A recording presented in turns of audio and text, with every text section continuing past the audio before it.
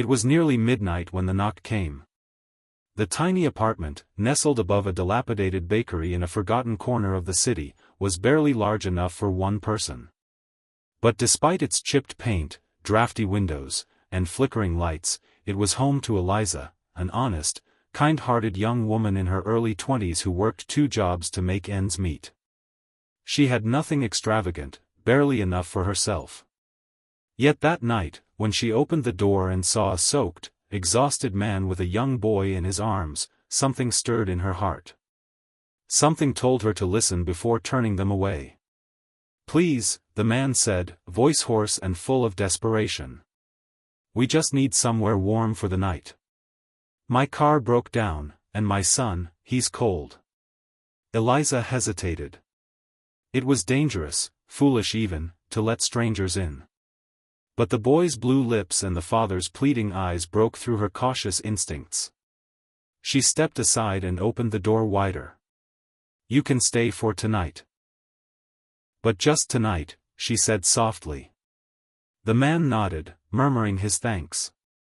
His name was Daniel, and his son was Jamie, just 6 years old, quiet, and shivering. Eliza fetched a towel, warm soup, and a worn but clean blanket. They sat in the living room while rain lashed against the windows, and slowly, Daniel told her bits and pieces of his story.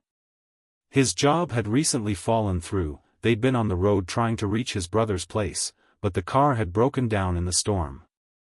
Eliza didn't press for more. She had known struggle all her life. Orphaned young, Eliza had bounced between foster homes, learning early on to depend on herself. She worked mornings at a coffee shop and evenings cleaning offices, all to save enough to one day open her own little cafe. People often underestimated her. She was soft-spoken, always helping others, even if it meant sacrificing her own comfort. Daniel and Jamie slept on the couch that night, while Eliza curled on a thin mattress in her bedroom. Before dawn, she was already preparing to leave for work. Quietly, she left a note and some cereal on the table. When she returned that evening, they were still there. Daniel looked embarrassed. "The car's still dead. I've been trying to call a tow, but no luck yet." Eliza could have asked them to leave. But instead, she made extra soup and sat down with Jamie to color. The boy smiled for the first time, and Eliza felt something tighten in her chest. Days turned into a week. Daniel fixed her leaky faucet, repainted her bathroom, and even helped clean the windows. He cooked a few nights, using ingredients she didn't even know how to pronounce. Every evening, they'd talk, about music, books, life. He was thoughtful, curious, and strangely knowledgeable about business. Jamie, once shy, began calling her Miss Eliza and hugging her every morning. Eliza had never known the warmth of a real family. And in the small moments. The laughter during dinner, the quiet reading sessions, the shared chores, she felt something she didn't dare name. But she also began to notice strange things. Daniel once pulled out a sleek phone to check something, but quickly hid it. Jamie had a toy car that looked absurdly expensive. One night, Eliza caught Daniel on the phone, speaking in a commanding tone she had never heard before, something about investors and press statements. "Who are you really?" she finally asked one evening as they sat on the balcony, sipping tea. Daniel was quiet for a long time. "I didn't lie," he said softly. "I really did lose my job.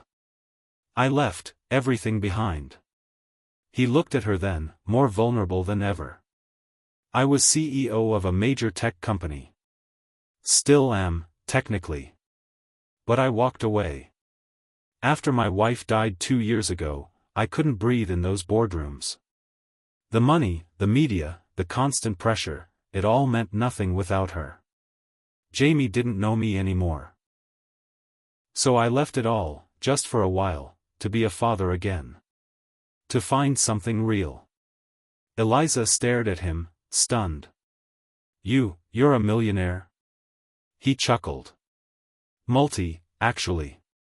She shook her head in disbelief. And you ended up in my tiny apartment? I didn't expect kindness, he said. But I found it. In you. Her heart raced. She didn't know what to say. It didn't feel real. The next day, a black car pulled up in front of her building. A well-dressed man got out and handed Daniel a briefcase. Daniel spoke to him in low tones, then turned to Eliza. I have to go back, at least for a while, he said. They need me to finalize a merger. But he paused, I don't want to leave you behind. Eliza looked down at her calloused hands. I don't belong in your world, she whispered. Daniel stepped closer. You belong wherever you want to be. And I want you in mine. But only if you want it, too. Tears welled in her eyes. She didn't know how it would work. She didn't know how to navigate his world of luxury, media, and corporate dinners. But she knew this, she had never felt seen the way Daniel saw her. And she had never loved the way Jamie hugged her each morning. 3 months later, Eliza stood beside Daniel at a press conference. He announced a new branch of his company, one dedicated to helping women in poverty start small businesses.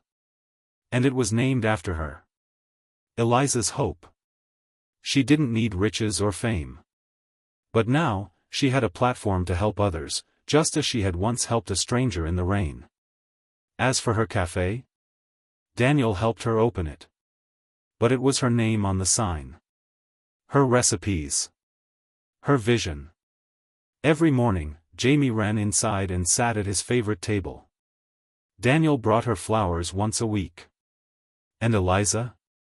She still woke up early. Still wiped counters and brewed coffee. But now, she did it with love by her side, and a life she had built, brick by brick, not from wealth, but from kindness, courage, and heart. Because the richest people aren't always the ones with the biggest bank accounts. Sometimes, they're the ones with the biggest hearts. And Eliza had the richest heart of them all.